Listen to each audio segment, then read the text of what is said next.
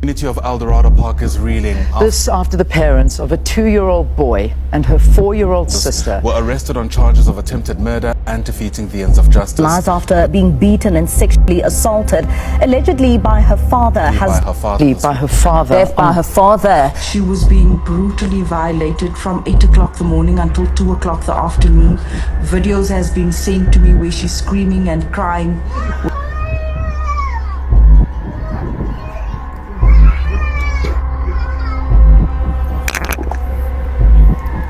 In recent weeks, South Africa has been shaken by two stories. Two stories about two little girls whose lives were taken in unimaginable ways. The first, Lotitha Kowa, a 7-year-old from Khayelitsha in the Western Cape. She went missing after visiting a friend. The next morning, she was found without signs of life. Two suspects, a woman and her partner, were quickly arrested.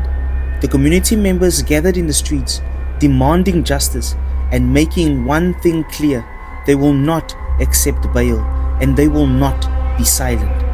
The second is Nikita, a 4-year-old girl from Eldorado Park.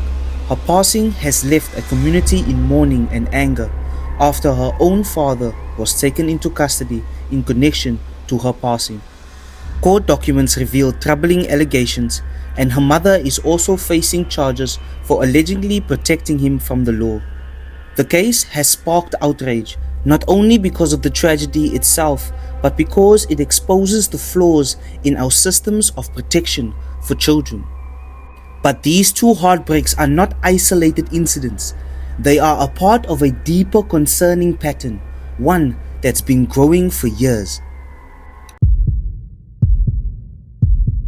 From 2020 to 2025, South Africa has seen a troubling rise in crimes against children. The numbers tell the story. Over 1,100 children lost in 2023 and 2024 alone. Tens of thousands more subjected to harm, with nearly 10,000 reported abuse cases in a single year. And yet, only 4% of reported child abuse cases from 2019 to 2024 ended in convictions. This is not just about crime. This is about a systematic failure. A failure to protect our children, to investigate properly, and to hold those responsible to account. I'm from Newlands East and I'm the mother of the baby that got raped. Tell us what happened. She went to creche on Monday morning, and when she got back, she was complaining about her private parts sore. And when I checked,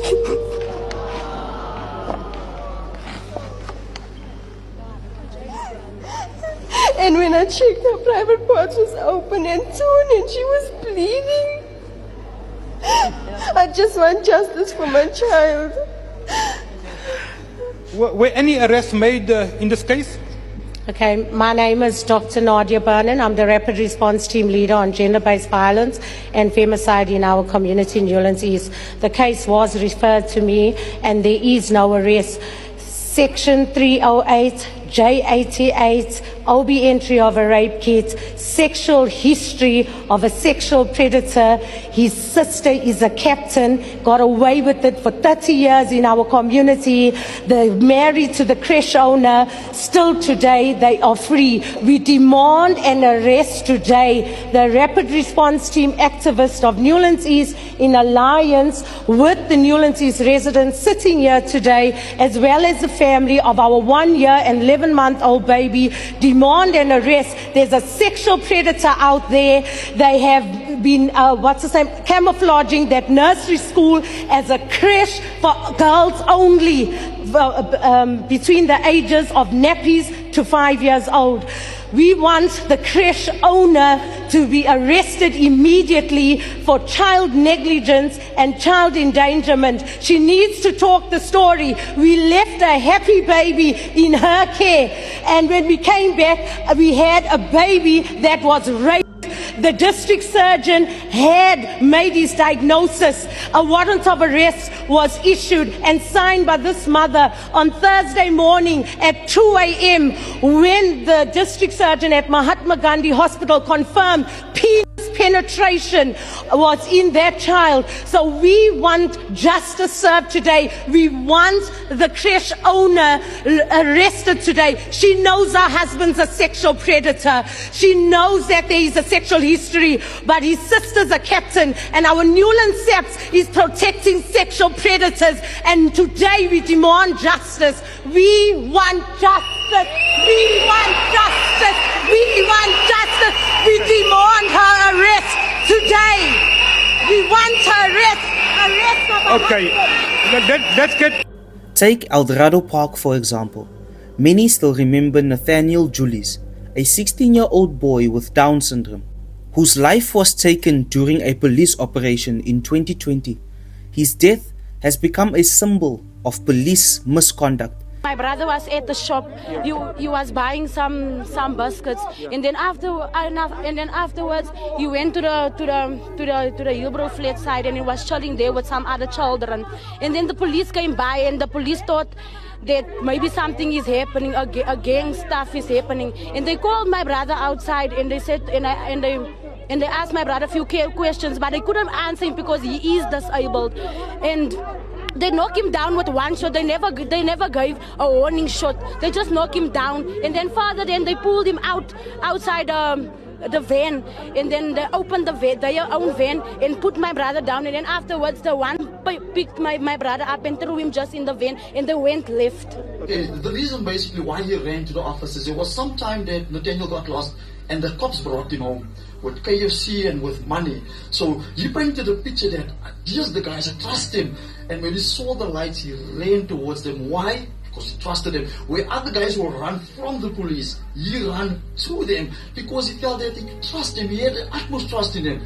And he just pulled out the gun and shot him. Ballistic expert Lieutenant Colonel Lucas Visser, who was part of the team that performed a post-mortem on Julius's body, testified that a fatal shot came from a distance of between 9 and 11 meters. One cartridge has many pellets. 189 pellet wounds were discovered on the deceased's body, all from one shot. 4 years later, Nikita's case shows that this distrust in law enforcement has only grown deeper. Over the last 5 years, countless families have reported the same painful truth. Police arriving hours or even days after children going missing. Communities having to organize their own searches. Critical evidence lost and mishandled. Activists have pointed out that the resource shortages in the South African Police Service are slowing down the investigation. And in situations like these, every lost hour matters. Trust between the police and the public is eroding. People are asking, if the justice system can't protect our children, then who will? She was hospitalized yesterday. The community took her together with the SAPS van to Baragwana Hospital. No statements were taken from anyone, the witnesses. Nothing has been done on this case. Earlier on, when I phoned the head of FCS, I said, God forbid this child passes on and the crime scene wasn't processed. Heads will roll. I am now here at the scene again. Too much, too late. Die selma moet ook opgetel word. We're going to ensure that that mother also gets arrested tonight still for negligence, and she's an accomplice to murder. I'm now waiting on all units to come to Extension 1 in Eldorado Park. A day later, and this scene only gets cordoned off now. I will keep you posted on what happens. Maar so kan het nie aangaan nie. The judiciary has failed yet another woman in South Africa in Women's Month. Now her name, look at her, she was just 22 years old. Her name was Chesney Klepler, and she should have been allowed to grow up properly. She was only 22 years old, she was still a baby.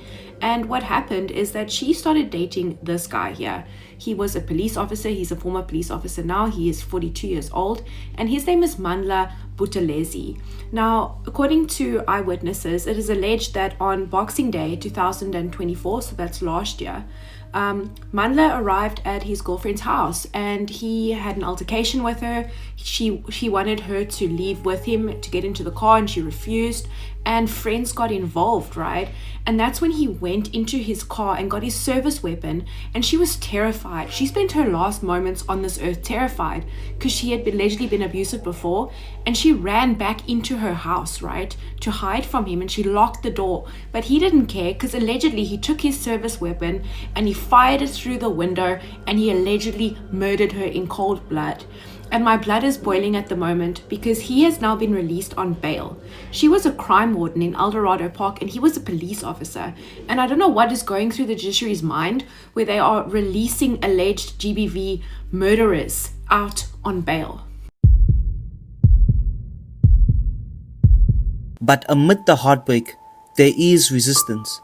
Protesters outside courthouses, neighbors standing watch over each other's kids, online campaigns like Justice for Twetwe that refuse to let the cases be forgotten.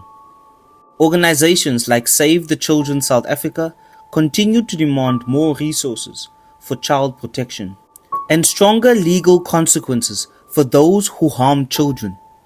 South Africa is in the middle of a crisis, one that affects our most vulnerable, and it cannot be left to fade away after the headlines disappear. We cannot change what happened to Nikita. We can't bring back Lotitha, but we can demand change. Support organizations that protect children, hold leaders accountable for unfunded police units, and speak up because silence is complicity. No child should have their story end like this. We owe them justice, and we owe the future generations safety. If you've watched this far, I ask that you keep these names alive, share their stories, and remember, change starts with all of us refusing to look away.